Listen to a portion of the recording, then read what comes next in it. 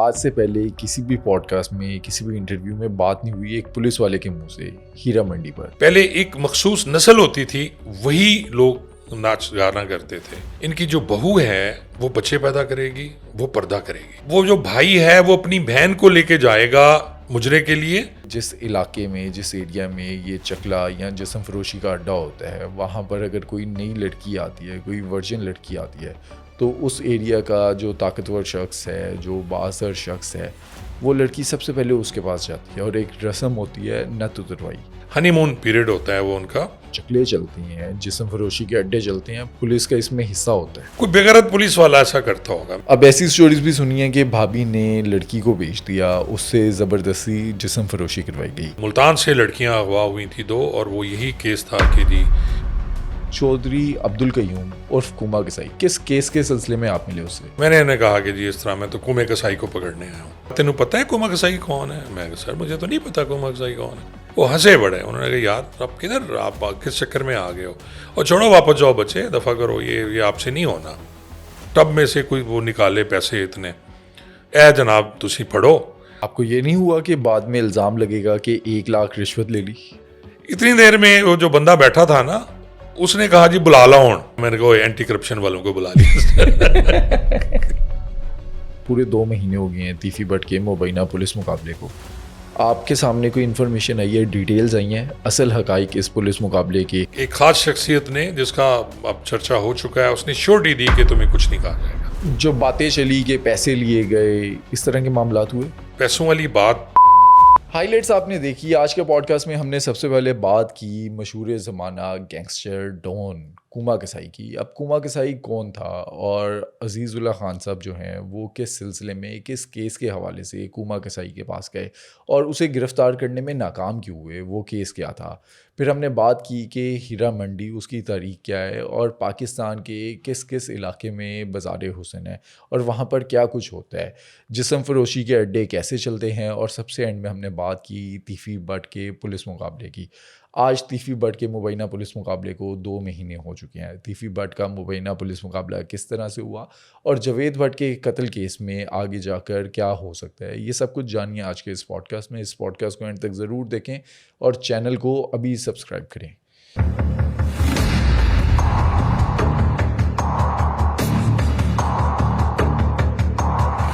Sir, आज के podcast में हम बात करेंगे कुमा कसाई, हीरा मंडी और एंड में तीफी बट का जो केस है।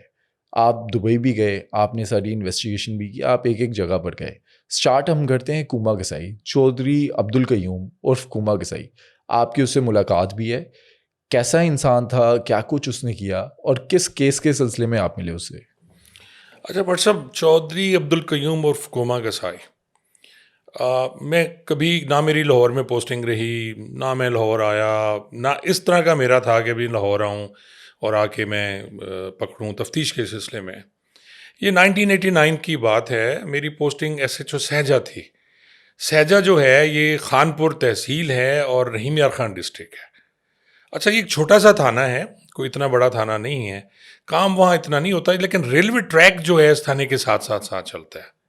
अच्छा, उन दिनों वारदात इस तरह शुरू हुई कि रेलवे ट्रैक के साथ जो कॉपर वायर लगी हुई थी, टेलीफोन की तारें होती थीं, वो चोरी होना शुरू हो गई। अब हुसैन करार ख्वाजा हमारे SSP होते थे, लाहौर के रहने वाले हैं और बड़े अच्छे अफसर जी। अब डेली मुझे कॉल आनी, पहले DSP की कॉलें आना शुरू हो गई कि जी ये तार चोरी हो रही है, और रेलवे वाले हमें वो तार ही भेजा करते थे। उन दिनों टेलीग्राम भेजा करते थे जी कि फलां जगह से चोरी हुई। और ये PTCL वायर जो होती है, ये PTCL वायर जो आप रेलवे ट्रैक के साथ साथ खंबे होते थे पहले, उनके साथ ये टेलीफोन की तार चला करती थी। और ये शुरू कहाँ से हुई जी? ये शुरू हुई रेती से। अच्छा, यानी सिंध के इलाके से ये चोरी होती होती होती रेती, फिर कोट सब्जल, फिर आप देखें सादकाबाद, फिर रहीम यार खान और सहजा, और फिर ये आगे जा रही थी। चोरी करते कैसे थे तार? अब चोरी, जो आपने सवाल बड़ा अच्छा किया, चोरी इस तरह करते थे कि तार एक तरफ से काटते थे, फिर दूसरी तरफ से काटते थे, वो खुद ब खुद रोल हो जाती है तार। कॉपर वायर जितनी है उसमें इतनी ताकत होती है कि वो रोल हो जाती है। अब उन्होंने काटना और वो गायब हो जानी। अब रातों रात तार चोरी हो रही हैं और बेतहाशा टेलीग्राम्स एक दिन तो मुझे डीपीओ साहब की, उस वक्त हम एसएसपी कहा करते थे, डीपीओ बाद में हुए, तो बड़े नाराज़ हुए हुसैन करार ख्वाजा, कभी नाराज़ नहीं हुए।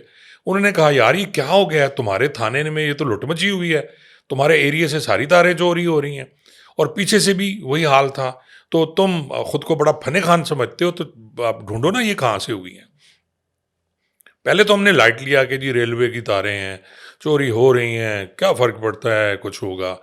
तो फिर जब आपको पता है कि एसएसपी की कॉल आए और एसएसपी तो आपकी गर्दन तोड़ सकता है, तो फिर हम सीरियस हो गए कि नहीं यार, अब ढूंढना चाहिए, इज़्ज़त का सवाल है। फिर वो मैंने मुखबिर ढूंढे, जो अपने पुलिस में थे, कुछ इधर उधर से, कि जी ढूंढें यार ये तार कहाँ से चोरी हो रही है। कोई समझ नहीं आ रही थी। 15 दिन गुजर गए, फिर कॉल आई, तार उसी तरह चोरी हो रही है, आगे तक जा रही है। यानी आप ये देखें कि डिफरेंट स्टेशंस में, रहीमिया खान डिस्ट्रिक्ट में पूरी में तारें चोरी हो रही हैं रेलवे ट्रैक के साथ साथ। और ज़ाहिर है डीपीओ ने तो मुझे कहना है ना कि जी आपके मैंने ज़िम्मे लगाया हुआ, ये तार चोरी क्यों नहीं मिल रही। खैर वो ढूंढते ढूंढते ढूंढते एक दिन वो मेरे एक हनीफ होता था, कांजू कांस्टेबल था, बड़ा समझदार जी, और वो मेरे पास आता है, कहता खान साहब मैंने बंदा ढूंढ लिया तार चोरी करने वाला। मैंने कहा यार कौन है? कहता सर वो एक है यहाँ का, कुराई कौम है, कुराई बलोच कहलाते हैं, टेडी कुराई उसका नाम था, छोटे से कद का, और वो रिकॉर्डी शख्स था, चोरी चकारी करता था, पता नहीं जिंदा है या मर गया, कोई पता नहीं है, क्योंकि बड़ी पुरानी बात है, 1989 की बात है। तो टेडी जो है वो हमें कुछ बता सकता है। टेडी को मैंने बुलवाया जी, टेडी आया, टेडी मुकर गया। उसने कहा जी मुझे तो बिल्कुल पता ही नहीं है। और मैंने कहा यार कुछ ढूंढ के दे, अगर नहीं पता तुझे ढूंढ के दे, जैसा होता है। उसे भेज दिया, ना ही चोरी थमी और ना ही टेडी ने हमें कुछ बताया। अब उसके बाद होता कुछ यूं है कि मेरे एक एएसआई थे जी चांडिया, वो आए कि सर मैंने अब ढूंढ लिया है। मैंने कहा यार पहले हनीफ कहता था मैंने ढूंढ लिया है, अब आप कहते हो ढूंढ ली। तो कहता नहीं सर, पूरा मैं प्रोग्राम बना के आया हूँ, आज रात हमने नाका लगाना है और हमने बंदे पकड़ लेने हैं। चोर था कौन? ये मैं बाद में बताता हूँ ना चोर कौन था। अब हमने जनाब रात को नाका लगा दिया रेलवे के, जहाँ मुतवक्के तौर पे तार चोरी होनी थी। अब बैठे हुए हैं और फिर हुई वही हुआ जी कि एक तरफ से अंधेरी रात थी, छुपे हुए हैं हम खेतों में, और एक तरफ से तार कटने की आवाज़, और फिर शां करके जैसे होता है कि तार रोल हुई तार, और वो हो गई। तो हमने फिर बंदा पकड़ लिया जी। अब बंदा वो जो था वो टेडी कुराई का एक रिश्तेदार ही था, वो भी कुराई था, और टेडी कुराई को भी उसका पता था, लेकिन टेडी हमें नहीं बता रहा था। मिला हुआ था साथ करवाने वो में? मिला हुआ था ना, साथ मिला हुआ था। और जब उसे पकड़ा और पूछा तो उसने कहा जी कि ये तार हमने आज लेके जानी थी, थोड़े से फासले पे एक ट्रक खड़ा हुआ है और उस ट्रक में हमने लोड करनी थी। हम चले गए जी वहाँ, तो जब देखा तो ट्रक खड़ा हुआ है और उसके साथ 2 ऊंट भी खड़े हुए हैं। अब होता कुछ यूं था कि ये लोग बरोही थे क्वेटा के, वो तार चोरी करते थे, और उसके साथ ये देखें कि वो तार चोरी जो आती थी उसे लोड किया जाता था ट्रक में, और उस तार के ऊपर फिर वो कुछ डाल के तरपाल वगैरह, उसके ऊपर ऊंट बिठा देते थे। अच्छा, उस टाइम पे ये जो चोरी कर रहे थे, तार कितनी होती थी और कितने मालियत की थी? कॉपर वायर बड़ी महंगी होती है, और ज़ाहिर है उन दिनों भी लाखों रुपए में थी ये जी। जो मैंने उनके बिल देखे वो लाखों रुपए के थे। यानी वो एक बिल जो था मेरे ख्याल 1.25 लाख का था या कुछ इस तरह था, जो कि उनके पॉकेट से मिला। वो जो ब्रोही हमने 2 पकड़े, बलोच थे वो भी क्वेटा के। अब वो ब्रोही भी पकड़े गए, हमने ट्रक भी पकड़ लिया और तार भी बरामद कर ली। अब जब उनसे इंटेरोगेशन की तो उन्होंने बताया कि जनाब ये जो तार है हम चौधरी अब्दुल कयूम उर्फ कूमा कसाई जो है उसकी फैक्ट्री में देते हैं। बादामी बाग कुछ इस टाइप का एरिया था जहाँ ये भट्टियाँ हैं सारी होती थी। अब मुझे आइडिया नहीं कि वहाँ है या नहीं, उन दिनों तो हुआ करती थी। हमने फौरी तौर पे अपने एसएसपी से बात की कि सर इस तरह बंदे पकड़ लिए। पहले तो उन्होंने शाबाश दी कि जी बड़ा अच्छा काम हो गया। अब उन्होंने कहा जी कि ये सारी तार आपने रिकवर करनी है और आपने कुमा कसाई को पकड़ के लाना है। अब हमें नहीं पता कुमा कसाई क्या है ना, कि कोई जानता है उसके बारे में। वही जो उनके पास बिल्टियाँ थीं जो उस बिल्टी क्योंकि ट्रक के साथ बिल्टी जाती है और उस एरिया में क्योंकि उसका नाम होता है या जिसके नाम जा रही है, तो और उनके पास एक किताब भी थी जिसमें हिसाब किताब बना हुआ था, छोटी सी बुक, कितने पैसे लेने हैं, इतने देने हैं। कोई आइडिया है कि अब तक कितनी बेच दी थी दार, कितने पैसों की? नहीं, उन्होंने तो कहा जी हमने यही पहली दफ़ा की है, जबकि वो बेतहाशा चोरी हुई थी, वो बात की है। इंटेरोगेशन में तो ये साबित हो गया, वो कह रहे थे कि जी ग्रुप और भी हैं हमारे, हमने यही किया और 1-2 ट्रक हम और लेके गए हैं। बाकी और ग्रुप हैं, वो भी क्वेटा के हैं और वही बेचते हैं। वो फिर हमने बाद में उनको पकड़ा।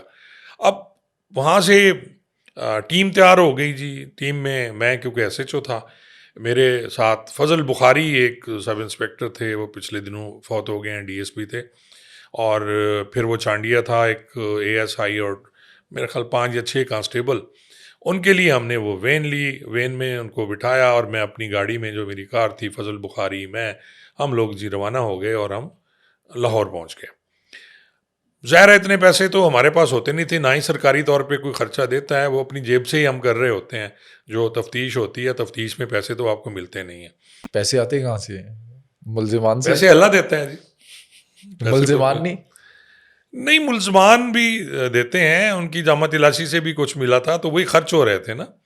उनकी जेब में से भी पैसे मिले थे, कि मेरे ख्याल 1.5 या 2 लाख उन दिनों मिला था, बड़ी हैवी अमाउंट थी, ये उसी से खर्च हो रहे थे। और बताया, हम बताते हैं अपने सीनियर्स को और उन्हें भी पता होता है कि ये पैसे कहाँ से आते हैं, कैसे। अब ये बात पुलिस में कुछ छुपी हुई नहीं है। ज़ाहिर है फ्यूल आप लगना है, किसी वहाँ से से आ रहे भी हैं। आप किसी से भी सवाल कर लें, किसी सीनियर से, कि जी एक शख्स, मैं अपने मातात को कहता हूँ, सब इंस्पेक्टर को कहता हूँ, लाहौर वाले को, कि जी आप कराची जाके रेड कर लें, तो मैं उससे पूछता हूँ कि कराची जाएगा कितना खर्चा होगा।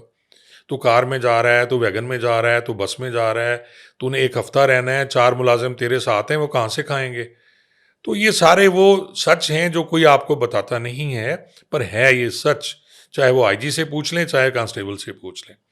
ले जी, हम लाहौर पहुंच गए। यहाँ एक सिटी होटल होता था उन दिनों रेलवे स्टेशन के साथ, अब भी होगा। वहाँ हमने कमरे ले लिए जी 3, जिसमें कुछ में कांस्टेबल, एक कमरे में मैं और वो फजल बुखारी, एक कमरे में वो सब इंस्पेक्टर जो एएसआई था हमारे साथ, चांडिया, वो रह गए। अगले दिन जी हमने अब जैसे होता है कानूनी कार्रवाई हमने करनी थी। जो हमारे एसएसपी थे हुसैन करार ख्वाजा, क्योंकि लाहौर के थे, सर्विस उनकी ज़्यादा सिंध में रही, लेकिन वो उन्होंने यहाँ 1-2 जगह फ़ोन भी किया और उन्होंने यहाँ उस वक्त के जो एसपी सिटी थे जुल्फ़कार चीमा, जो आईजी रिटायर्ड हुए हैं, ये वहाँ एसपी सिटी थे, और उन्होंने मुझे कहा कि आप जाके जुल्फ़कार चीमा से मिल लें। अब मैं गया जी, तैयार होके हम गए, मैंने यूनिफॉर्म पहनी और फिर मैं असलम शाही एक होते थे डीएसपी उन दोनों सीआई, बड़ा नाम है लाहौर का वो, क्योंकि भावलपुर साइड पे रहे हैं। मैं उन्हें भी मिला, वो भी सुनाता हूँ कि उन्होंने क्या कहा। अब जुल्फ़कार चीमा साहब को मैं पेश हुआ, मैंने सलाम किया और उन्होंने कहा जी कि मैं आया, पंजाबी में बात करते हैं। तो मैंने उन्हें कहा कि जी इस तरह, मैं तो कुएं कसाई को पकड़ने आया हूँ। अच्छा, एक लम्हे के लिए उन्होंने मेरी शक्ल की तरफ देखा और मैं बड़ा परेशान हो गया। मैंने भी इधर उधर देखना शुरू कर दिया कि ये क्या, मैंने कौन सी ऐसी बात कह दी कुमा कसाई का नाम लेके। कुमा कसाई को कसाई होगा, मेरे जहन में तो ये होगा जी आम सा नाम है, कोई बंदा एवं ही होगा। उन्हें कहा जी, तो उन्होंने पंजाबी में मुझे कहा, तेनों पता है कुमा कसाई कौन है? मैं कहा सर मुझे तो नहीं पता कुमा कसाई कौन है। ਕਹਿੰਦੇ ਉਹਦੀ ਤੇ ਦੁਸ਼ਮਣੀਆਂ ਨੇ, ਉਹ ਤੇ ਜਦੋਂ ਮੂਵ ਕਰਦਾ ਹੈ, ਇੱਕ ਗੱਡੀ ਉਹਦੇ ਅੱਗੇ ਹੁੰਦੀ ਹੈ ਕਲਾਸ਼ਨਕੋਫਾਂ ਵਾਲੀ, ਇੱਕ ਪਿੱਛੇ ਹੁੰਦੀ ਹੈ, ਦਰਮਿਆਨ ਵਿੱਚ ਕੁਮਾ कसाई चौधरी अब्दुल कयूम और कुमा कसाई साहब होते हैं। अब मैं तो कैसे पकड़ेगा तू उन्हें? मैंने कहा सर मुझे क्या पता, मैं तो आप, मुझे एसएसपी ने कहा है, हुसैन करार ख्वाजा साहब ने, कि जी आप जाएं और उनसे मिलें, वो आपको पकड़ के दे देंगे। खैर उन्होंने कहा जी मैं देखता हूँ क्या करते हैं जी। मैं, और उन्होंने मुझे भेज दिया असलम शाही साहब के पास। असलम शाही जो हैं वो डीएसपी सीआईए थे और वो भावलपुर शायद उनकी पोस्टिंग रही है। मैं उन्हें जाके मिला, वो हंसे बड़े। उन्होंने कहा यार आप किधर, आप किस चक्कर में आ गए हो, और छोड़ो वापस जाओ बच्चे, दफ़ा करो, ये आपसे नहीं होना। बड़ा मायूस हो के मैं होटल आ गया। अब हम सोच रहे हैं, मैंने बताया हुसैन करार ख्वाजा साहब को कि सर वो तो चौधरी अब्दुल कयूम जो हैं वो तो बहुत बड़ा डॉन है यहाँ का, और उसकी तो जनाब ये ठेके हैं उनके, जो बकर मंडी है उनके ठेके इनके होते हैं, और उन दिनों बकर मंडी में अफसरान को वो बकरे भी भेजा करते थे कुमा कसाई साहब। सारे बड़े बड़े अफसरान जो होते हैं, जैसे आपको पता है सेक्रेटरी लेवल है, फलां लेवल है, फलां लेवल है, वो बड़ा दयालु किस्म के थे चौधरी कयूम साहब। और दयालु थे या गैंगस्टर थे? गैंगस्टर भी तो दयालु होते हैं ना, तीफी भी तो दयालु था जी। तो ये सारे गैंगस्टर दयालु होते हैं। अगर गैंगस्टर दयालु ना हो तो उनका गैंग नहीं चलता। गैंगस्टर अपने लोगों को पैसे देगा, नीचे वालों को तो वो चलेगा ना, वो पुलिस वाले को देगा, वो जितने रिलेटेड उससे जहाँ जहाँ उसके काम है सबको देगा। वो अपना टेका बनाने के लिए पैसा खर्च करता है, और गैंगस्टर हमेशा पैसा खर्च करते हैं पुलिस की प्रोटेक्शन के लिए। पुलिस की प्रोटेक्शन के लिए। और पुलिस वाला बगैर पैसे के तो काम नहीं करता। वो कहते हैं ना, पुलिस वाला या कैद आज़म के कहने पे काम करता है या डंडे के जोर पे, जिससे उसे पता हो कि इसकी गर्दन टूट जानी है। यानी पुलिस वाले को पता है मेरी गर्दन तोड़ देनी है सिफारिश ने, तो वो काम करेगा, वरना नहीं करेगा। वो फिर उसकी अपनी मर्जी है। ले जी, मुझे उन्होंने कहा यार फिर तो वापस आ जा, हुसैन करारा ख्वाजा साहब ने। मैंने कहा सर अब आप, मैं इतनी दूर से आया हूँ, मैं कुछ करके आऊँगा जी।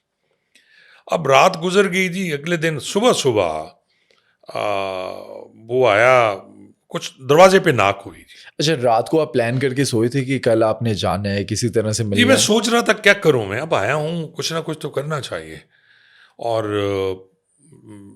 फिर यही होता कि अगले दिन हम चले जाते शायद। गिरफ्तारी के लिए? नहीं, गिरफ्तारी वापस जी, अपने मुल्क को चले जाते। गिरफ्तारी किसने करनी थी, वो मैंने मरना था। यार देखें, जब लाहौर पुलिस मुझे कह रही है कि जी आप कुछ नहीं कर सकते इसका, तो मैंने क्या करना था? लाहौर पुलिस कुछ नहीं कर सकती? तो मैं, रहीम यार खान पुलिस ने क्या करना था? तो हमने तो यही किया जी, चलें फिर, बहाना मिल गया, हम कह सकते हैं जी हम गए थे, चौधरी कयूम साहब नहीं मिले, वो लंदन गए हुए हैं या कहीं गए हुए हैं। तो ये बहाना ही होता है ना। जिमनियों में भी लिखते हैं जी रेड किया तो कोई नहीं मिला। तो हमें तो फैक्ट्री में जाके उसके रेड किसने करना था? मुझे तो नहीं पता बदामी बाग में किधर फैक्ट्री है। निशानदेही के लिए तो आपको बंदा चाहिए ना, आपको पुलिस चाहिए। और तरीकाकार पुलिस जो ने पुलिस हाथ का खड़े कर है, दिए। देखें पुलिस का तरीकाकार ये है, अगर बाहर से कोई आता है तो वो जाएगा, मुतलका थाने में रपट लिखता है, वहाँ से अपना इमदादी साथ लेता है, फिर रेड करते हैं। तो वो तो हो नहीं रहा था, कोई जाने को तैयार नहीं था। सुबह सुबह तकरीबन 8 बजे अगले दिन मैं उठा हुआ था, मैं सोच रहा था फजल बुखारी को कि यार चलें वापस। तो दरवाजे नाक हुए, मैं बाहर गया तो 5-7 लोग खड़े हुए हैं, उन्होंने बड़े बड़े पैकेट उठाए हुए हैं। और मैंने कहा जी हाँ जी। उन्होंने कहा जी ये चौधरी अब्दुल कयूम साहब ने आपके लिए नाश्ता भेजा है। तो वो लाहौरी नाश्ते जिसमें पता नहीं क्या क्या चीज़ें थी, वो जैसे होती हैं पूरी हलवा, पूड़ी नान हलवा, चने, खद्दा, पता नहीं क्या, बोंग पाए, भजे के और पाए। वो सारी चीज़ें उसमें शामिल थी जी। और वो लेके खड़े हुए हैं, और उन्होंने कहा जी ये लाजमी लेना है आपने। उन्होंने चौधरी साहब ने कहा जी दे के आना है तुसी। अब मैं सोचूं कि ये मैं लूं या ना लूं, और मैंने कहा लो यार, फिर ज़ाहिर है खर्चा बचेगा जो बाकी है।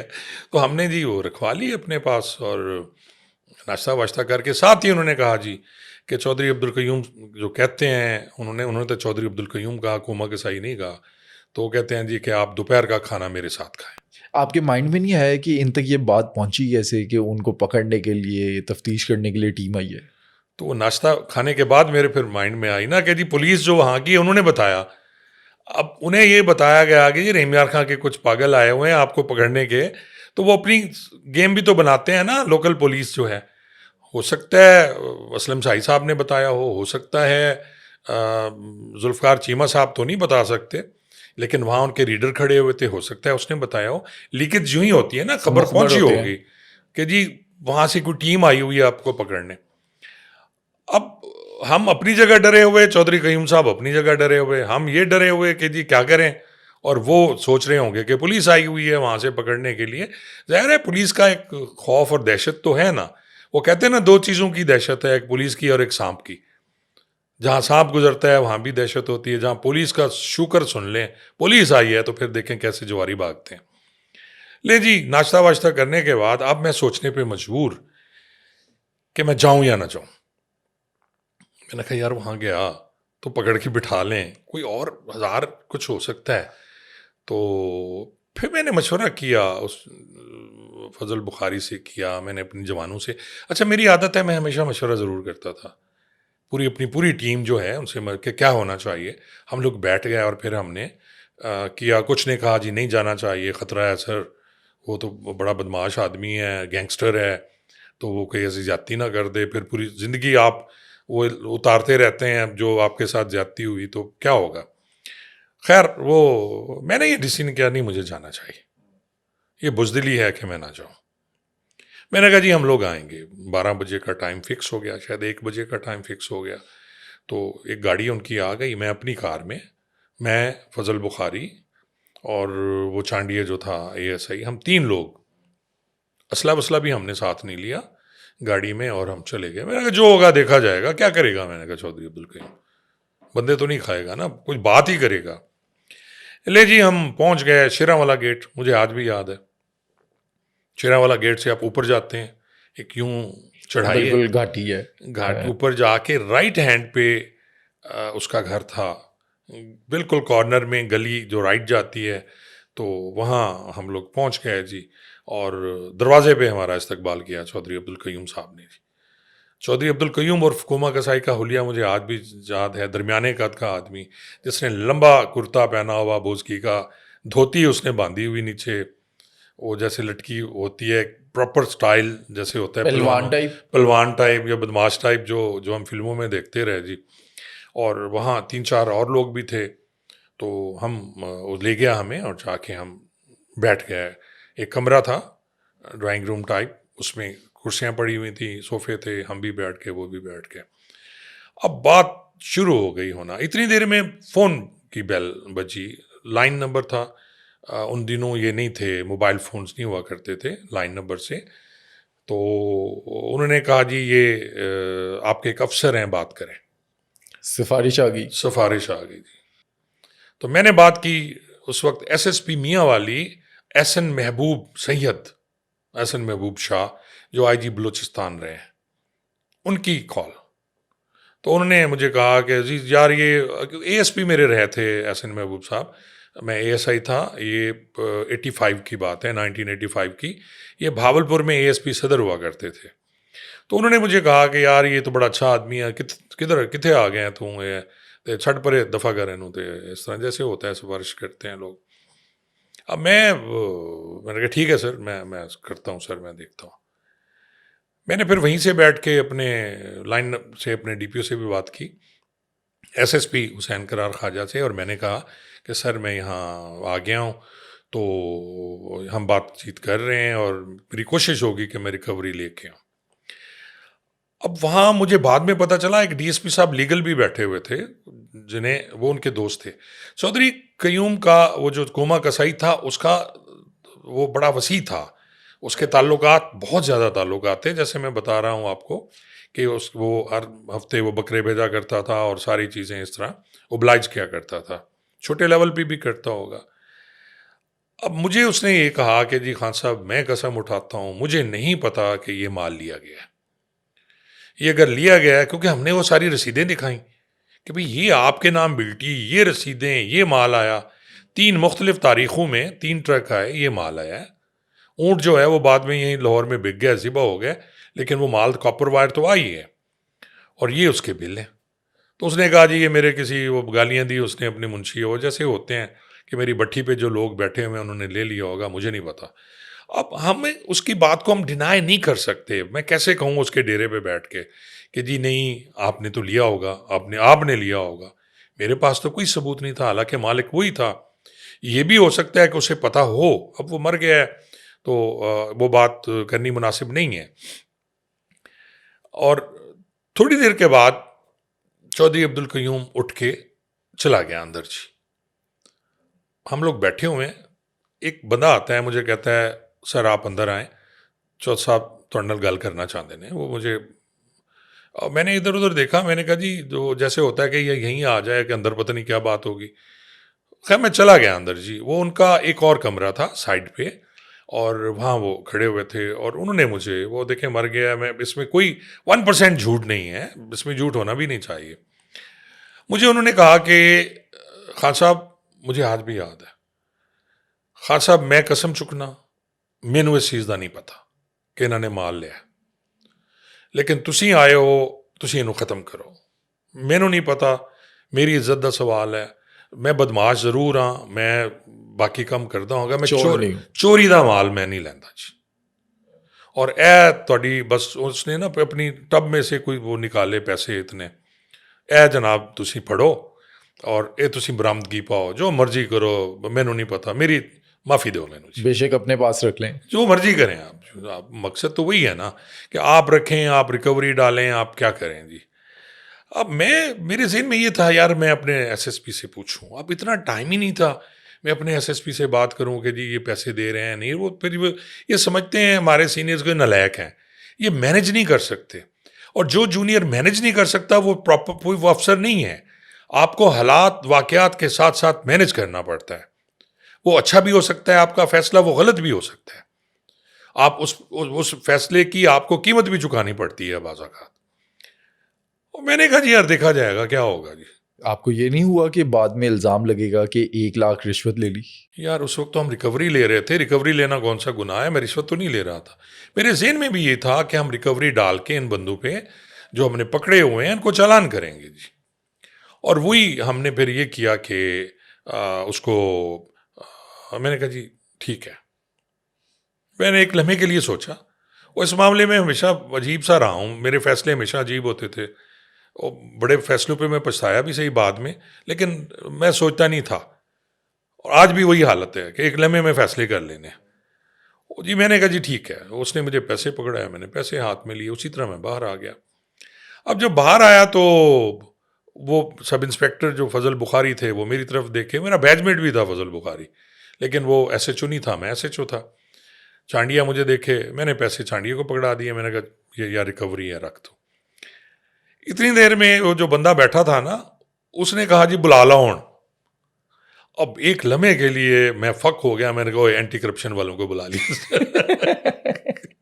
वो जुमला ही ऐसा था ना, वो बुला लो जी हूँ सारे नू। ओ मैंने कहा वो मारे गया, ये गलत फैसला हो गया। लेकिन उसने ये कहा था कि हमने जो इधर इधर सिफारशी भेजे हुए थे, इनको काबू करने के लिए उन्हें बुला लेंगे जी, सेटलमेंट हो गई है।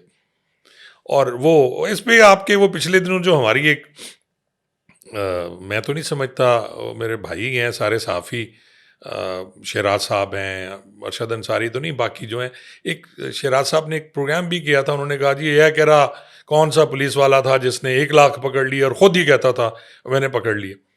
तो इस टाइप की चीज़ें आपको करनी पड़ती हैं लाइफ में, आपके डिसीजंस होते हैं, वो गलत भी हो सकते हैं, सही भी हो सकते हैं। क्योंकि आप ये देखें कि इस वक्त भी तो हो रहा है ना, रिकवरी के नाम पे आप हमेशा आप सीआईए यहाँ की लाहौर की सारी रिकवरी लेती है। आपके जितने भी पुलिस वाले हैं लाहौर में और बाकी पूरे पाकिस्तान में रिकवरी के पैसे ले रहे होते हैं।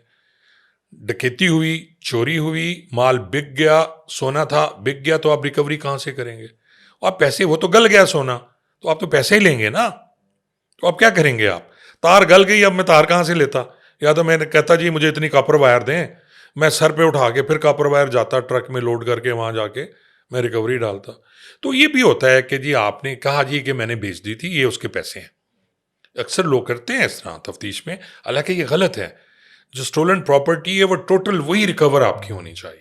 लेकिन अगले जो हैं वो गिरफ्तार भी करते होंगे रिकवरी के साथ साथ। नहीं, गिरफ्तार बंदे तो हमारे पास थे ना जी। देखें, दो किस्म की चीज़ें हैं ना, एक करने वाला है, एक लेने वाला है। लेने वाला 411 का मुजरिम है, उसने माल मसरूका लिया, वो 411 है। चोरी जो है वो 379 है या 380 है, अगर घर के अंदर है 380 है, पब्लिक प्लेस है 379 है। अब पर्चा तो इनका 379 का हुआ, और बाद में ये जो आपका है कॉपर वायर, तो ये क्योंकि ओपन प्लेस से होती है तो 379, वो 411 की हद तक मुजरिम थे। लेकिन देखा यह जाता है कि क्या लेने वाले की नीयत क्या है, उसे पता है कि ये माल चोरी का है या नहीं है। अगर उसे पता है कि ये माल चोरी का है तब 411 उस पर होती है। अगर उसे नहीं पता, वो ले लेता है, उसे नहीं पता कि जी क्या है और की पूरी कीमत देता है। ये भी है उसमें कि वो कहते हैं ना जी कि अगर 2 लाख की चीज़ है आप 50,000 में ले रहे हो, तो इसका मतलब आप चोरी का माल ले रहे हो, वो 411 है।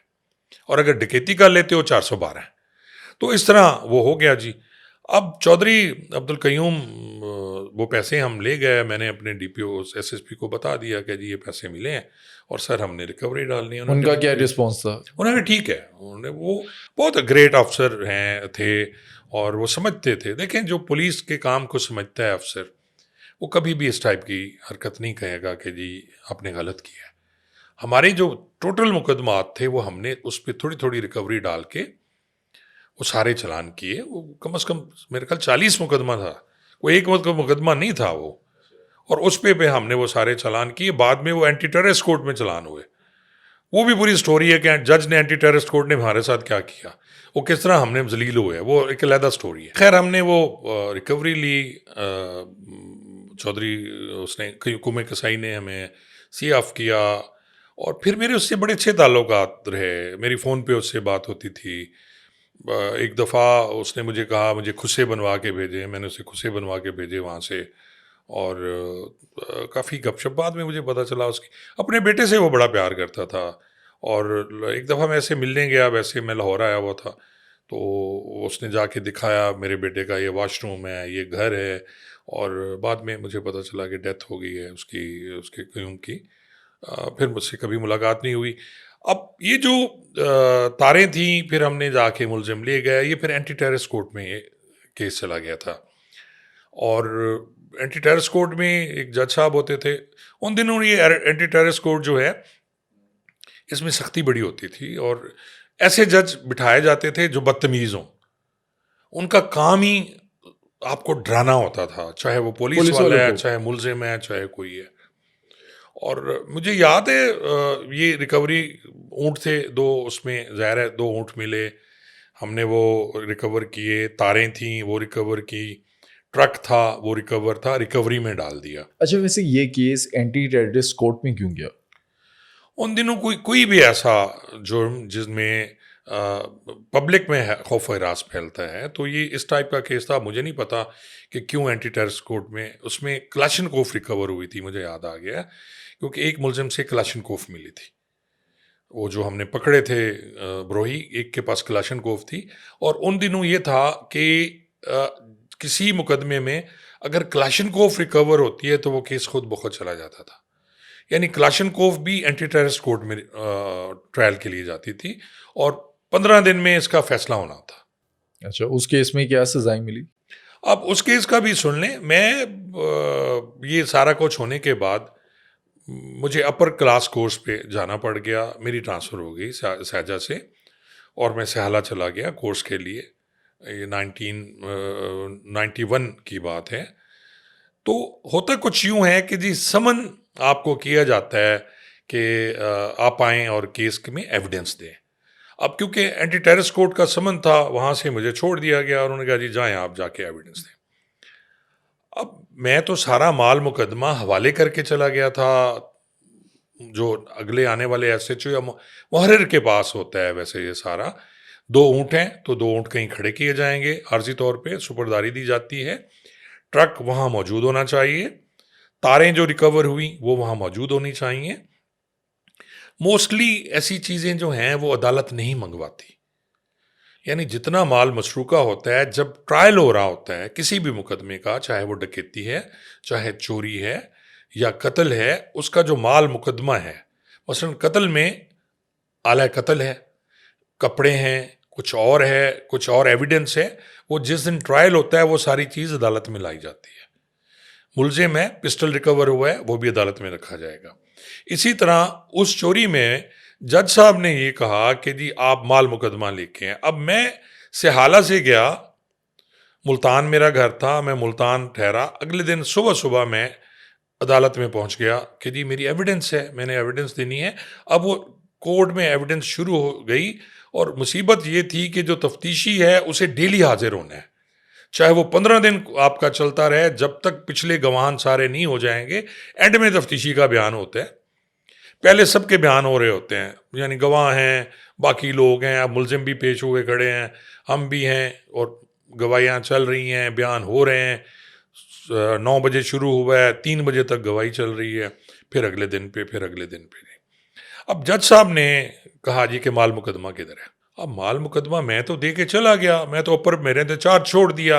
अब जो एसएचओ है उसकी रिस्पॉन्सिबिलिटी है या मुहर्रिर की रिस्पॉन्सिबिलिटी है। तो मैंने कहा सर वो माल मुकदमा, उन्होंने मुझ पर चढ़ाई कर दी जज साहब ने जी। उसने कहा जी लाओ माल मुकदमा, नहीं तो मैं तो तुम्हें नहीं छोड़ूंगा। ओ भाई मैं कहाँ से लाऊं माल मुकदमा। मिला आपको?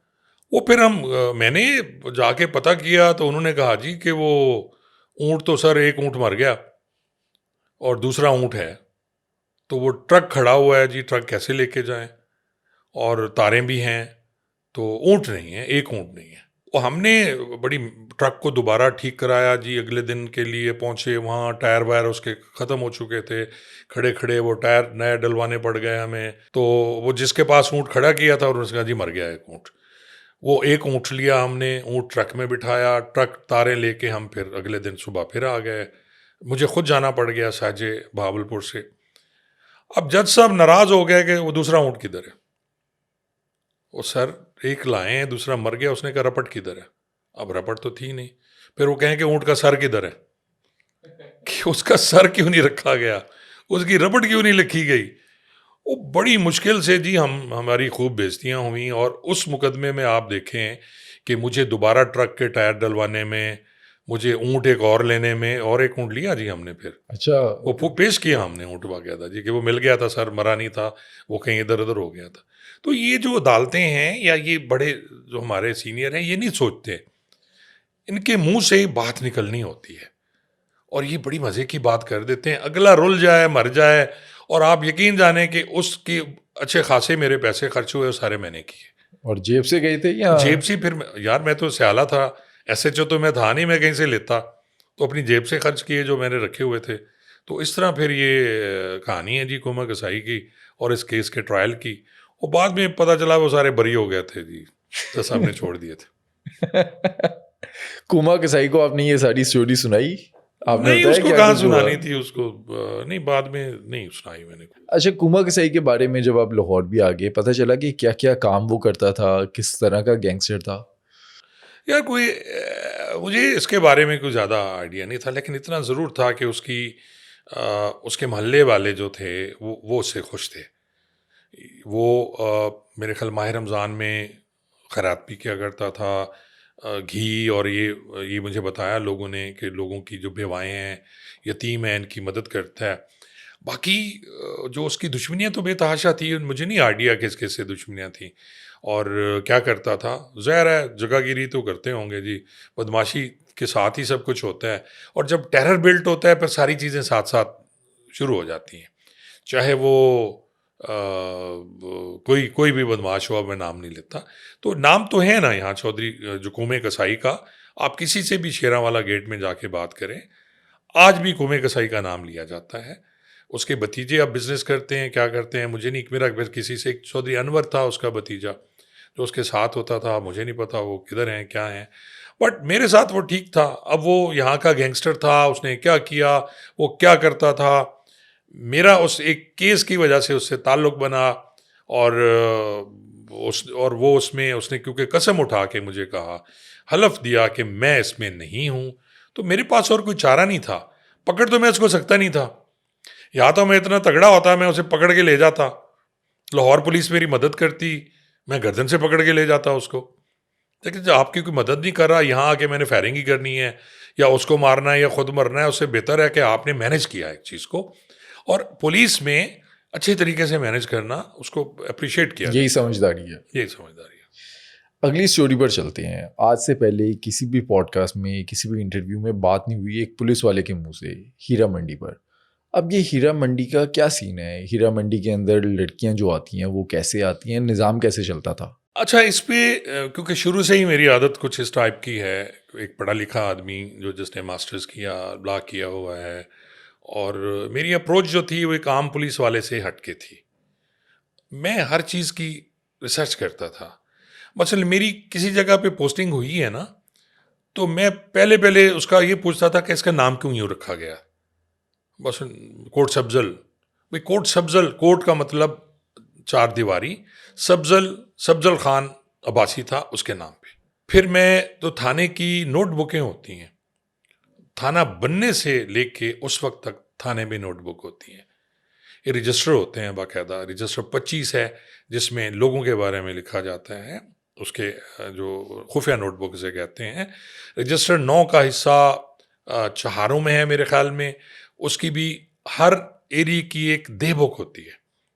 वो डे बुक में आप लिखते हैं यहाँ मेला कौन सा लगता है, यहाँ त्यौहार कौन कौन से हैं इस एरिए के, इस थाने के, और यहाँ कैसे लोग बसते हैं, इसमें कौन सी कौमें आबाद हैं, इन कौमों के बारे में, फिर उनमें के उनके चीदा चीदा लोग क्या हैं। अब तो मेरा ख्याल रिवाज ही ख़त्म हो गया है। अब तो शायद कोई इसको पढ़ता ही नहीं है और ना ही कोई लिखता है।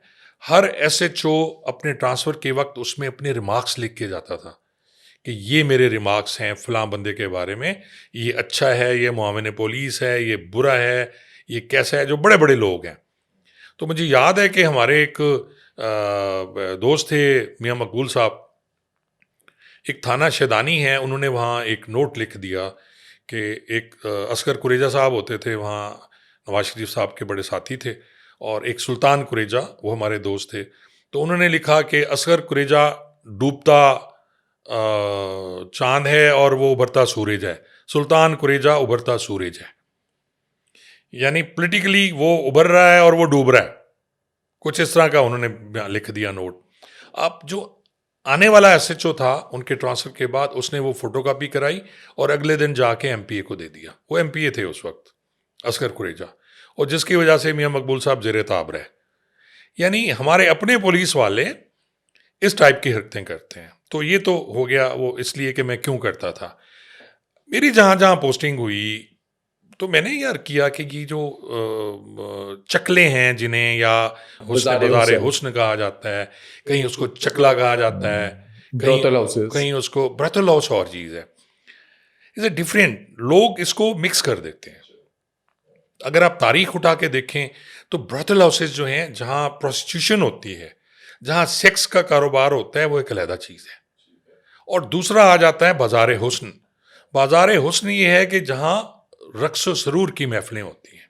वो आप यूँ देखें कि अगर हम लाहौर को देखें, जो आपका शाही महल्ला है, अब शाही महल्ले में ब्रोथल हाउस का एक अलहदा पोर्शन होता था, टिबी गली। वहाँ छोटे छोटे कमरे बने हुए हैं, वहाँ पर्दा चिक आगे चिक लगी हुई है, और जो कुछ होता है उसी के अंदर हो रहा होता है। वहाँ औरतें बाहर खड़ी होती हैं और वो दावत गुनाह देती हैं। बाज़ार हुस्न में दावत गुनाह नहीं है, वो जिना की दावत आपको दे रही हैं। ये आपको यहाँ बड़े बड़े लोग आ रहे हैं।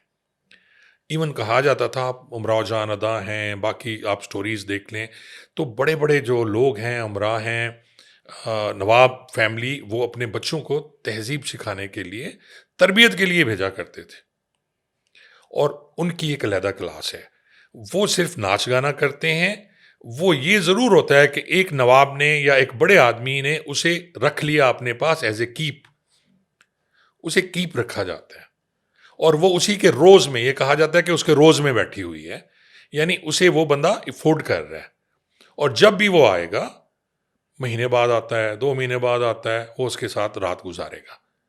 वो उसी की पाबंद है, वो किसी और के साथ नहीं जाएगी।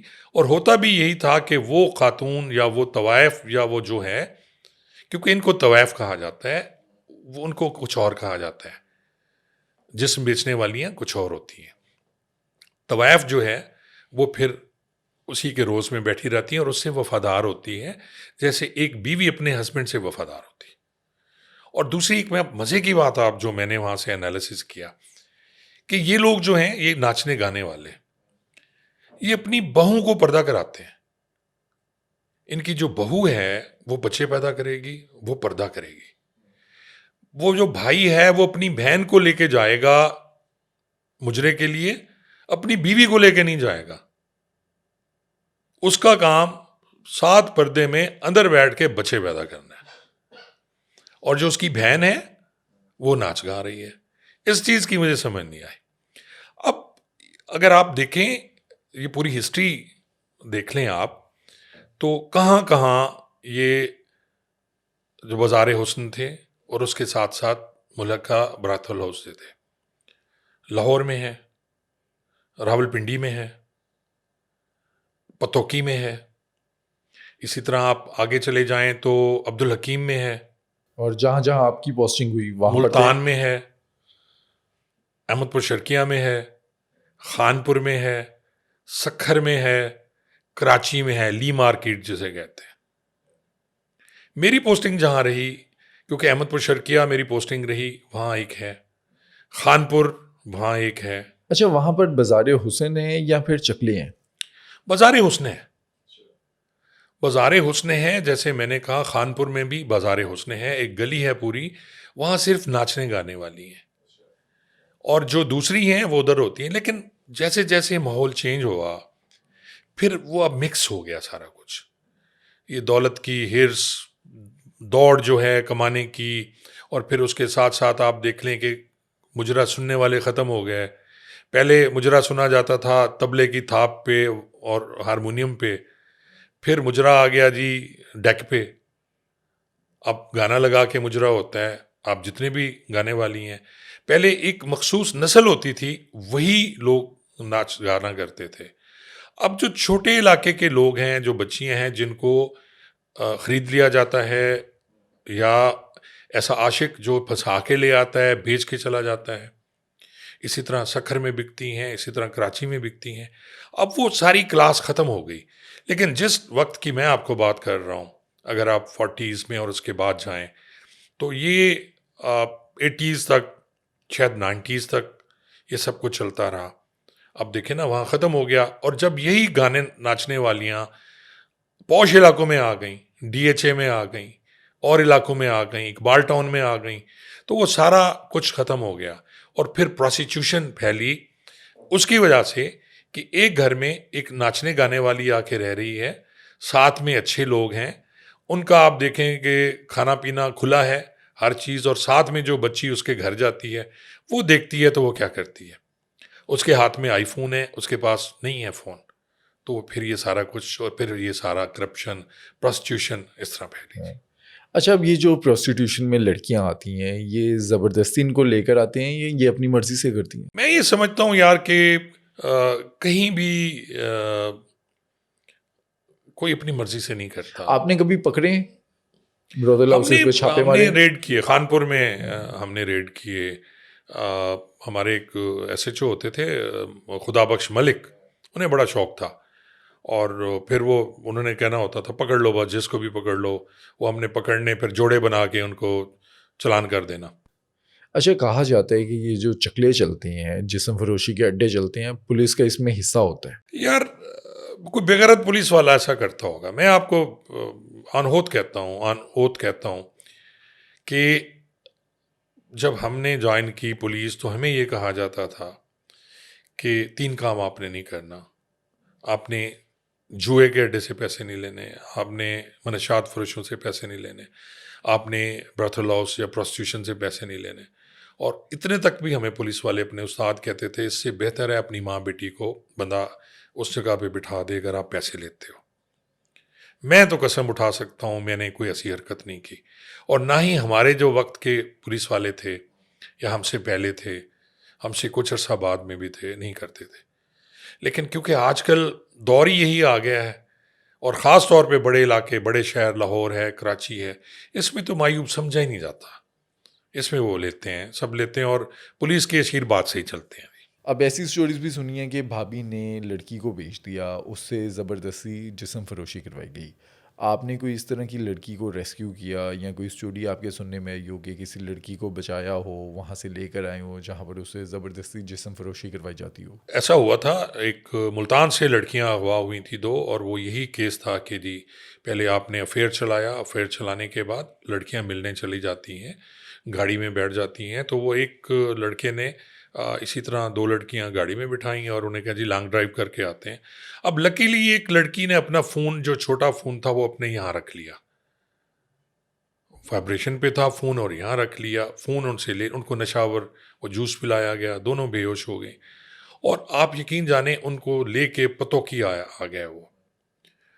और ये उसमें एक जो थी एक इंस्टीट्यूशन जो है उनकी, बेटी भी थी एक उसमें।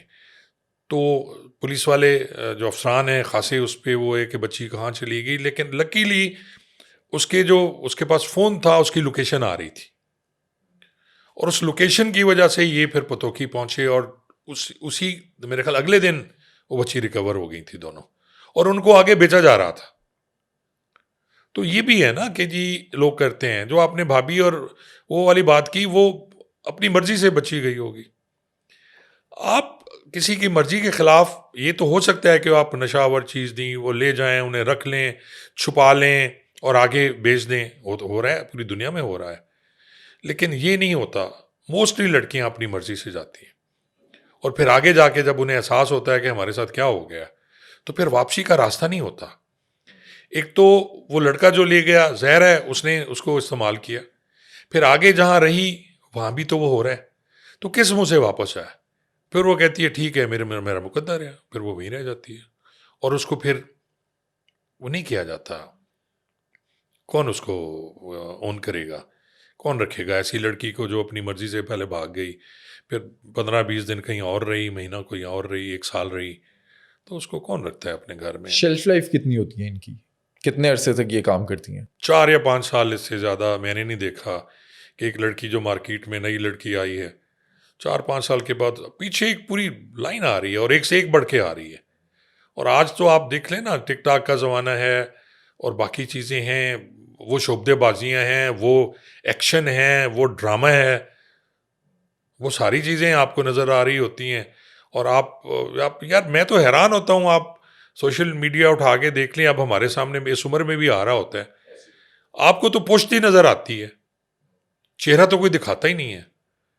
तो जो भी लड़की देख लें जो टिकटॉक पे, वो अपनी पुश्त दिखा रही है या वो चीज़ दिखा रही है जो जिस पे ज़्यादा कुछ ऐसा है, ज़्यादा व्यूज़ जिस पर व्यूज़ हैं।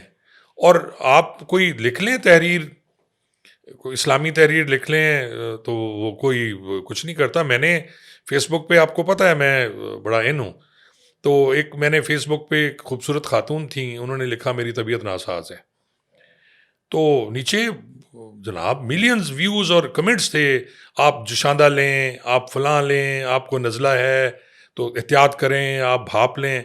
मैंने भी लिख लिया मेरी तबीयत ख़राब है, तो उन्होंने कहा जी कुछ जाके डॉक्टर ने दिखाओ या हकीम ने दिखाओ। दो दो कमेंट्स थे।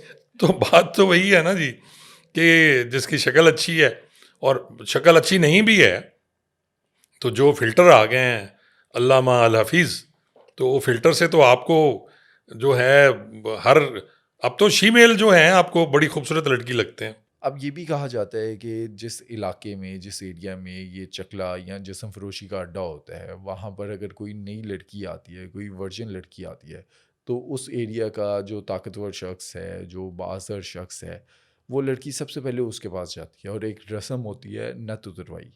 ये नेटफ्लिक्स सीरीज़ में दिखाते हैं, फ़िल्मों में दिखाते हैं। असल में इस तरह की कोई रस्म या इस तरह की कोई बात होती है? देखें, ये नातुतरवाई तो ये सबको पता है होती थी कि जी लड़की को रखा जाता है, उसकी हिफाजत की जाती है।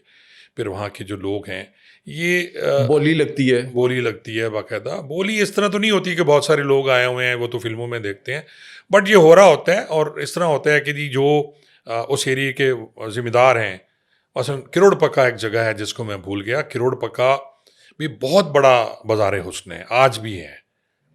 और वहाँ के लोग फिर इसी तरह, ट्रेडिशन है, ज़मींदार जिनकी फसल उतरती है दिसंबर में, फलां फसल के पैसे आ गए जी, कपास उतरी, अब तो कपास ख़त्म हो गई तो बड़े पैसे हैं, गंदम पैसे आ गए। तो जब पैसे आते हैं तो ज़मींदारों का काम ही यही होता था। और ख़ास तौर पे जनूबी पंजाब के जो ज़मींदार हैं और सिंध के ज़मींदार हैं, उनका तो काम ही यही है कि उन्होंने यही काम करना ही करना है। और फिर उनकी नज़रें होती हैं जी फलां की बच्ची जो जवान हो रही है तो वो हाँ क्या खूबसूरत है, तो वो जाके फिर अपने बंदे भेजते हैं और उनसे बात की जाती है और उसके बाद वो नथ उतरवाई, तो ये है रस्म। और एक अरसे तक वो 1 महीना भी होता है, उसमें 2 महीने भी हो सकते हैं, हनीमून पीरियड होता है वो उनका, वो उसमें रहती हैं उनके पास। ये सही बात है। आपने कभी किसी का इंटरव्यू किया? कोई जिस्म फरोशी जो करती हो, आपने पूछा हो कि क्या मजबूरियाँ थी, किस वजह से आई? यार, इस तरह तो नहीं हुआ कि ना ही मैं जिस फोर्स में रहा और उसके बाद आफ्टर रिटायरमेंट भी कोई ऐसा मौका नहीं मिला, बट जब ऐसी कोई लड़की आती थी, गिरफ्तार हो गई है और वो बैठी हुई है, चाहे वो मैंने पकड़ी है या किसी और ने थाने में किसी हुआ, तो ज़ाहिर है बंदा पूछता है। और कई दफ़ा तो उनकी यही बात है कि सेम स्टोरी होती होगी। मजबूरियाँ, सेम स्टोरीज़ और इस टाइप की चीज़ें। मैं ये समझता हूँ यार, मैंने कि जी अल्लाह ताला का कोई अज़ाब है इन पे या क्या है, कि ये लोग नाचते हैं तो खाते हैं, ये लोग जिस्म बेचती हैं ये तो खाना खाती हैं। एक बड़ा मज़े का किस्सा मैं आपको सुनाता हूँ। एक शादी थी जंग में, किसी बड़े आदमी की शादी थी, मैं और मेरे एक दोस्त भी इनवाइटेड थे। हम लोग शादी पे गए तो वहाँ खुलेआम मुजरा था, और मेरे ख्याल में कोई 50-60 लड़कियां थीं। वो ये झंग की एक मशहूर फैमिली है, और उनके बारे में है कि वो बाप बेटा भी इकट्ठे बैठ के मुजरा भी सुनते हैं, शराब भी पीते हैं। वो दामाद और ससुर भी इकट्ठे, सारे इकट्ठे होते हैं। उनमें कोई वो नहीं है कि जी अखलाकियात नाम की इस टाइप की, कि बाप बेटे के साथ ना बैठे या जो दामाद है वो ससुर के साथ ना बैठे।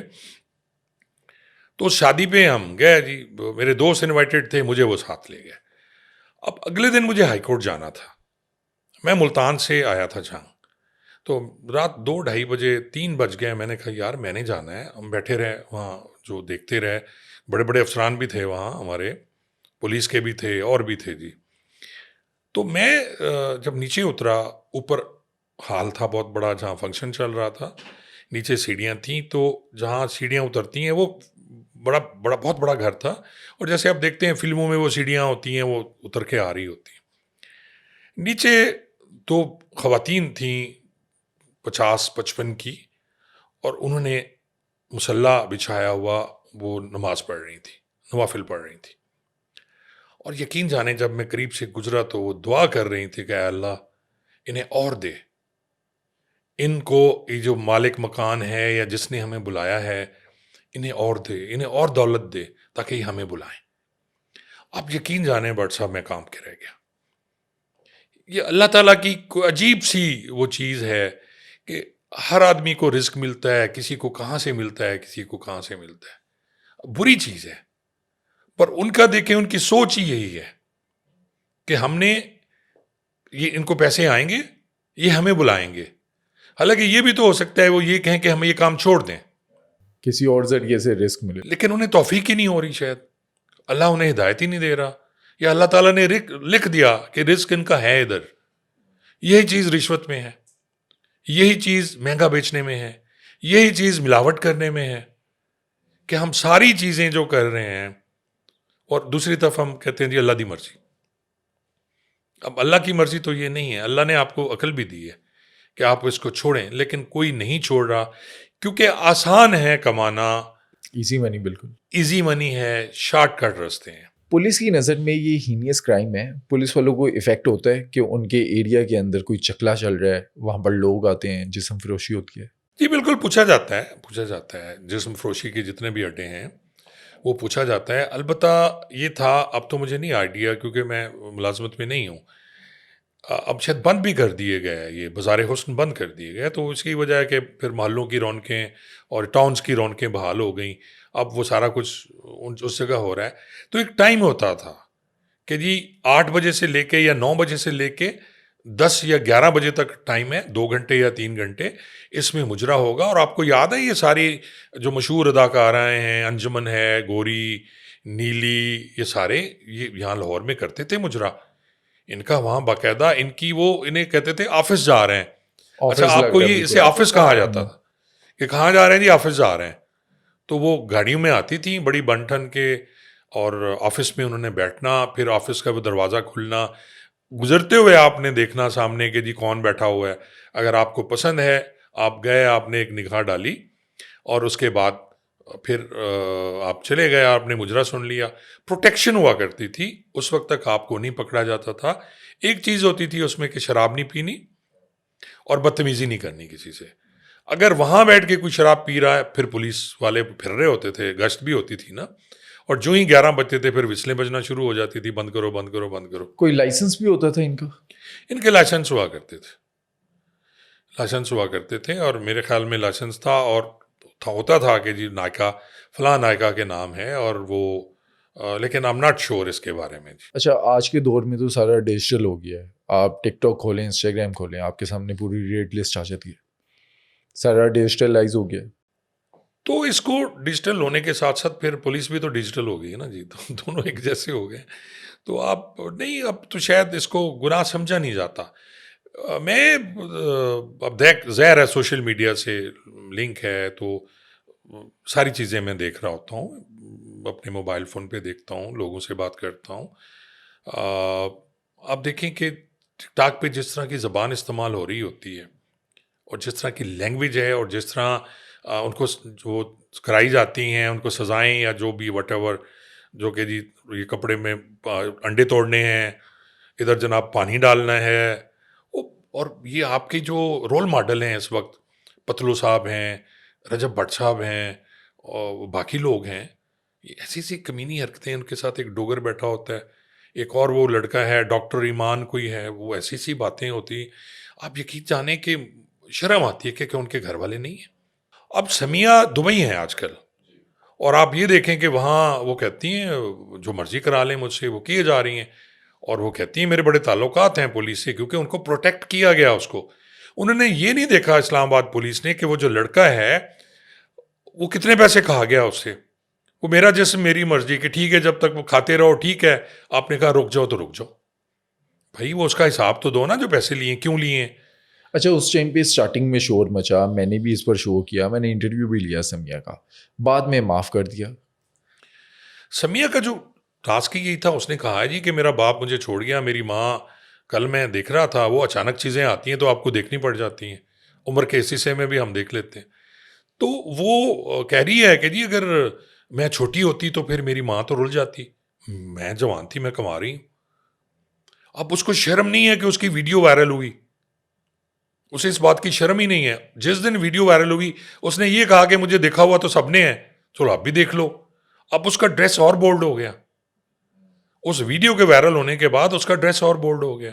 मिनाल मलिक साहबा थी एक, उनका भी इसी तरह हो गया, ड्रेसेस उनके बोल्ड हो गए। अच्छा, ये जो वीडियो वायरल्स हमने देखा लास्ट ईयर, हर दूसरे दिन किसी ना किसी की लीक वीडियो आ रही है, अब ये अपनी मर्जी से करवाती थी, क्या कुछ होता था?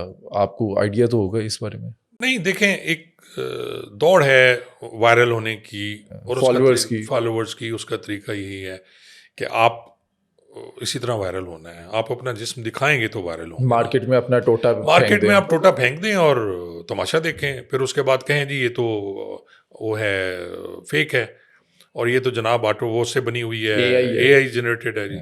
और कोई मानता नहीं। आप देखें कि उस जो थी मनाहल मलिक, उसके मुकदमे में जिसने एक विलाग किया उसको पकड़ के बिठा दिया FI ने, साइबर क्राइम ने।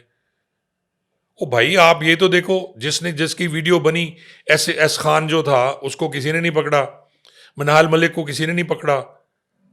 कि आप वीडियो जो बनी, आपको शर्म आई, आपकी इसका मतलब है आप वीडियो बनाए वायरल कर रहे हैं, आपको कोई नहीं पूछता। वो तो किसी ने वायरल की ना, तो किसी ने ये नहीं कहा कि तुमने जिना किया उसकी सजा क्या है। जिना की सजा भी तो है ना, संसार है वो। पाकिस्तान में आपको लगता है ये सजाएं मिलेंगी? हम तो ना ही है ना छी है, ना इस्लामी मुल्क है, ना हम लिबरल हैं, ना इस्लामिक हैं, ना हम जमहूरियत पसंद हैं, ना माशाल्लाह है हमारे में। हम तो हमेशा दरमियाने हैं जी। अभी हम चकलों की बात कर रहे थे, वहाँ पर क्रैकडाउन भी होता है, रेड भी होती है, जोड़े पकड़े भी जाते हैं, सजाएं क्या होती हैं उनको? कुछ नहीं होता, जुर्माने हो जाते हैं बस। वो मज़े लेते हैं, मजिस्ट्रेट भी हंसते हैं, देखते हैं बात हो गई, जज साहब के पेश हुआ, ठट्ठा मजाक चलता रहता है, बेलें दूसरे दिन हो जाती हैं, टाइम ही ज़ाया हुआ। और सबसे बड़ी बात ये देखें कि हम, आप आज़ादी दे दें यार, अगर ऐसी बात है करने दें, आप क्यों नहीं करने दे रहे। मुझे इत्तेफाक होता है, दुनिया देखी, अब दुबई जाता हूँ, अजमान में लिकर हाउसेस आप देखें तो इतने बड़े बड़े लिकर हाउसेस हैं, शराब मिलती है, दुनिया की हर शराब ले लें आप, माह रमज़ान में खुले होते हैं। अच्छा, प्रोस्टिट्यूशन है वहाँ हो रही है, ठीक है, जितने भी स्पाज हैं उनके, हर स्पा में प्रोस्टिट्यूशन हो रही है। जितने भी पाकिस्तानी भाई हैं या बाकी दुनिया के हैं, ये वहाँ जाते हैं, मसाज कराते हैं। असल चीज़ ये हो रहा होता है, कोई रेड नहीं करता, कोई पुलिस वाला वहाँ से मंथली नहीं लेता, ठीक है, हो रहा है। जराइम भी कम है, जराइम भी कम है, चेक है ना, मैं आपको बताता हूँ। फिर वहाँ जितने डांस हाउस हैं, जिनको क्लब्स कहते हैं, वहाँ रशियन क्लब है। अब मैं वहाँ जाता हूँ, ज़ाहिर है मैं साफ़ी हूँ, पुलिस वाला कीड़ा है कि एक एक चीज़ को मैं ऑब्ज़र्व कर रहा होता हूँ। मैं थाने भी देखता हूँ, मैं ये सारी चीज़ें देखता हूँ मैं। आप आदी नहीं होना चाहिए आपको, पर आपको ये चीज़ें देखनी चाहिए।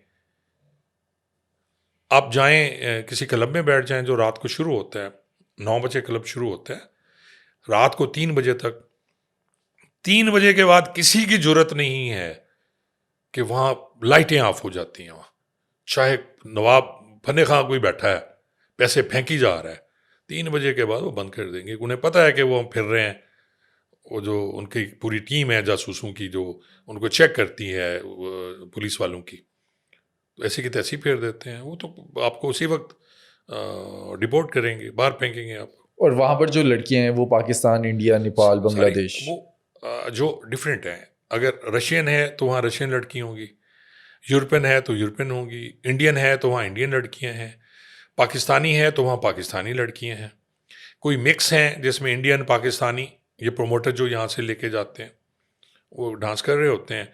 फिर उनका ये है कि हर लड़की ने अपना अपना कोई फंसाया होता है, वही कर रहा होता है।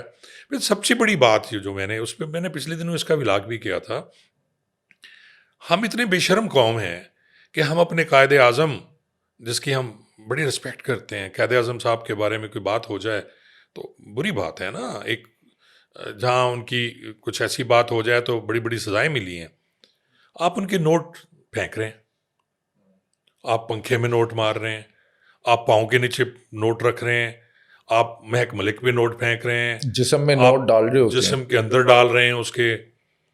वहाँ किसी को जुर्रत नहीं है कि जो उनके शाह हैं, उनके सुल्तान हैं, उनकी तस्वीर वाला नोट कोई फेंके। वो माला पहनाएंगे, वो ताज पहनाएंगे, ठीक है, पैसे नहीं देंगे। अब माला जो है वो मेरे ख्याल 500 की होती है, ताज 500 का होता है, माला की शायद ज़्यादा कीमत है, मुझे एग्जैक्ट नहीं है। बट वहाँ ये चल रहा है क्योंकि उन्हें अपने मुल्क से प्यार है, उन्हें अपने सुल्तान से प्यार है। वो नहीं करेंगे तो ऐसी की तैसी हो जाती है। और हमें तो यहाँ तो यही है ना कि गरीब को आप रगड़ दो, अमीर जो है जो मर्जी करता रहे। अच्छा, आपने मार्शल लॉ के दौर में भी काम किया। पाकिस्तान में कभी किसी को सरेआम सज़ा हुई है, फांसी वगैरह इस तरह के मामलात हुए हैं कभी? देखें, कोड़े तो मारे गए सदर जा के दौर में, और हैंग मेरे ख्याल में मैंने नहीं देखा किसी को सरेआम फांसी दी गई हो। और जो ये कोरे मारते थे वो फौजी अफसरान होते थे या पुलिस वाले? नहीं नहीं, वो आम लोग थे, फौजी अफसरान नहीं होते, सजाएं फौजी अदालतों से होती थी। तो वो भी एक ड्रामा होता था पूरा। पहले एक स्टेडियम में हमारे अहमदपुर शर्किया में भी लगे थे कोड़े, मुझे याद है। एक स्टेडियम है, उसमें पहले ऐलान किया जाता था कि फ़लाँ टाइम फ़लाँ को कोड़े लगेंगे। और ये किस किस जुर्म पर लगते थे? बस जो मर्जी जुर्म आ जाए, जुर्म कौन सा होता है मार्शल लॉ में, जो भी चढ़ गया।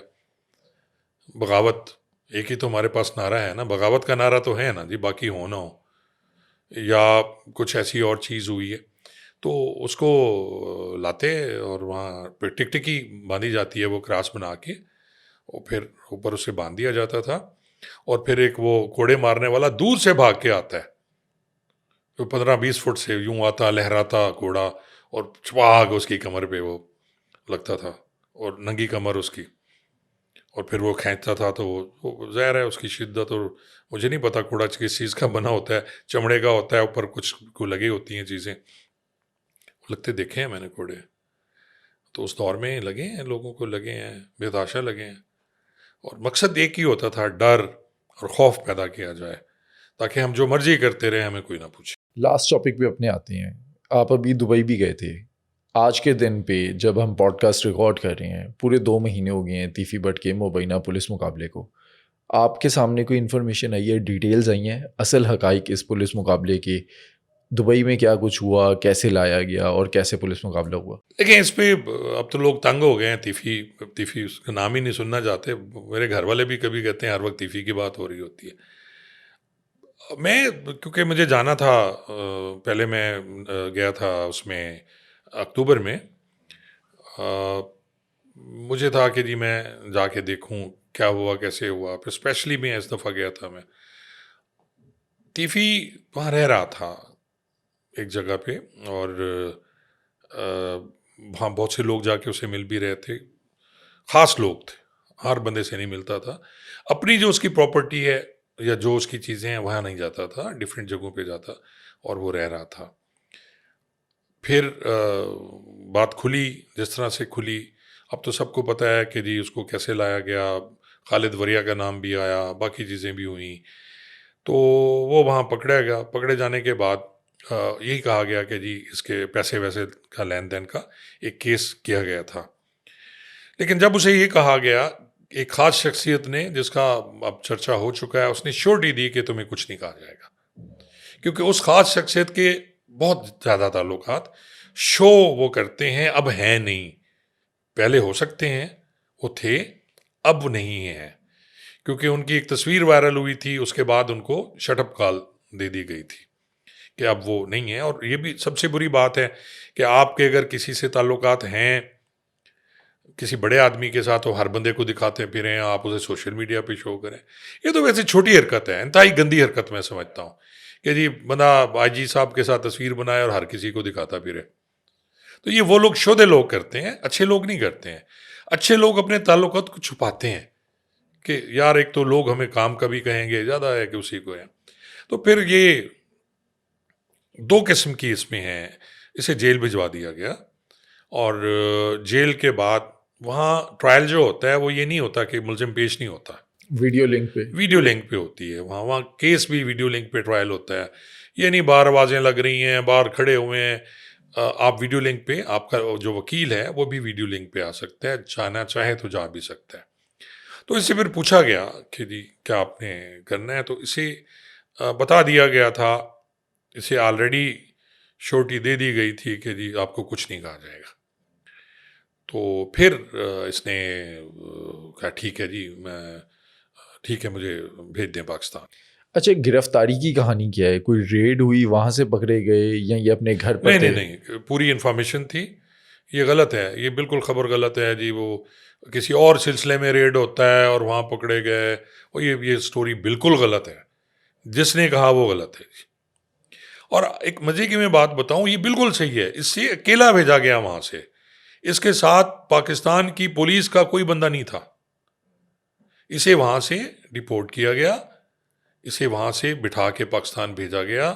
कराची ये उतरा, कराची पे एफआईए वालों ने इसे पकड़ा, क्योंकि ऑलरेडी वो उस पे था, जो लिस्ट पे था, वो ब्लिंक होता है। अभी मैं मुल्तान से जा रहा था, तो वो फिर मैंने बैठ के, वो एक एएसआई है, बड़ा अच्छा बच्चा, उसने मुझे 3-4 साल पहले पूछा था कि सर मैं पुलिस में जाऊं या एफआईए में जाऊं, तो मैंने कहा तुम एफआईए में जाओ।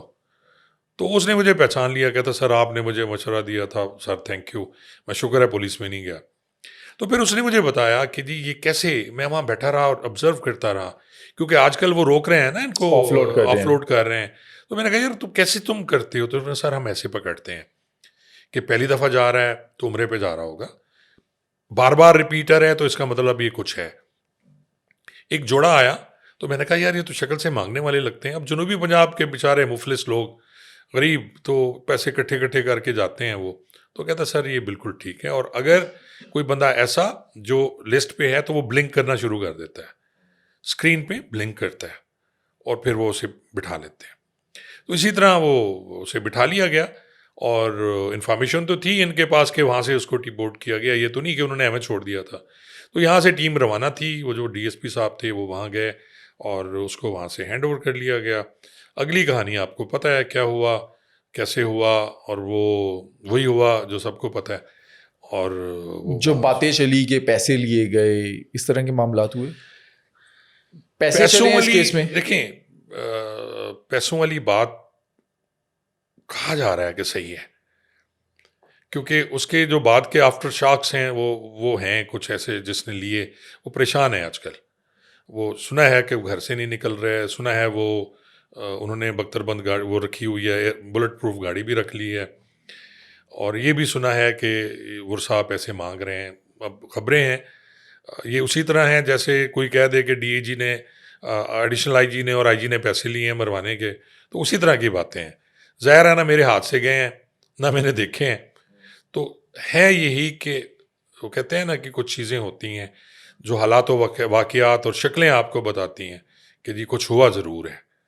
गोगी भट्ट के बारे में इस वक्त कहा जा रहा है कि वो पाकिस्तान से अफ़गानिस्तान, अफ़गानिस्तान से ईरान और ईरान से आगे मूव करने ऑस्ट्रेलिया, पाकिस्तान से जा चुके हैं।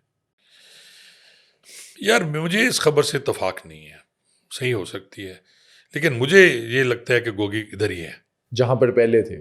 जहाँ पहले थे। जावेद भट्ट के केस का क्या बनेगा? जावेद भट्ट का केस जो है वो ट्रायल होगा। जावेद भट्ट का केस उस लिहाज से तो मेरे ख्याल में नहीं होगा जो लोग सोच रहे हैं। मेरी अपनी सोच है। और ट्रायल में अमीर फतेह जो है सज़ा हो सकती है? अगर साबित हो गया तो सज़ा होगी, नहीं तो 109 में किसने सज़ा होना है। जो शूटर्स हैं बस उनके साथ जो भी होगा वो हो सकता है। वो हो सकता है, अगर शूटर्स काबू आ गए, पता नहीं आ गया नहीं आ गया, मुझे जावेद साहब के केस का मैंने नहीं उसको किया जी। तो मेरे ख्याल में जो लोग सोच रहे हैं वो नहीं होगा।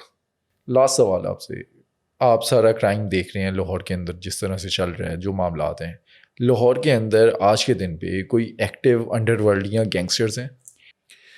इस वक्त वो स्टोरी तो नहीं है ना जी कि जी ओपनली जो फिरते थे, डाला कल्चर था या फलां था, लेकिन जो बासर लोग हैं आज भी उसी तरह बासर हैं। डॉन ने अब रास्ता मुख्तलिफ ले लिया है ना। डॉन्स अब सियासतदानों के साथ अटैच हो गए हैं, डॉन्स अब मजहबी जमातों के साथ अटैच हो गए हैं। तो डॉन्स जो हैं ये वक्त के साथ रहते हैं, अपने रास्ते चेंज करते हैं, अपना तरीकाकार चेंज करते हैं। अब तरीकाकार चेंज हो गया है, लोगों को धमकाने का तरीकाकार चेंज हो गया है। पहले डायरेक्ट असला दिखा के धमकाते थे, अब किसी और तरीके से धमकाते हैं। काम तो हो रहा है, उसी तरह हो रहा है, रिकवरियाँ भी हो रही हैं, भत्ते भी लिए जा रहे हैं, सब कुछ चल रहा है। लोग डर के मारे बताते नहीं हैं। दोस्तों अब से हम हर हफ्ते अजीज़ुल्लाह साहब के साथ एक नया पॉडकास्ट लेकर आएंगे। अगले हफ्ते आप किस टॉपिक के ऊपर पॉडकास्ट देखना चाहते हैं हमें कमेंट सेक्शन में बताएं। अगर आज का पॉडकास्ट आपको पसंद आया तो इस वीडियो को लाइक करें, अपनी राय का इजहार कमेंट सेक्शन में करें और सोच डिजिटल को अभी सब्सक्राइब करें।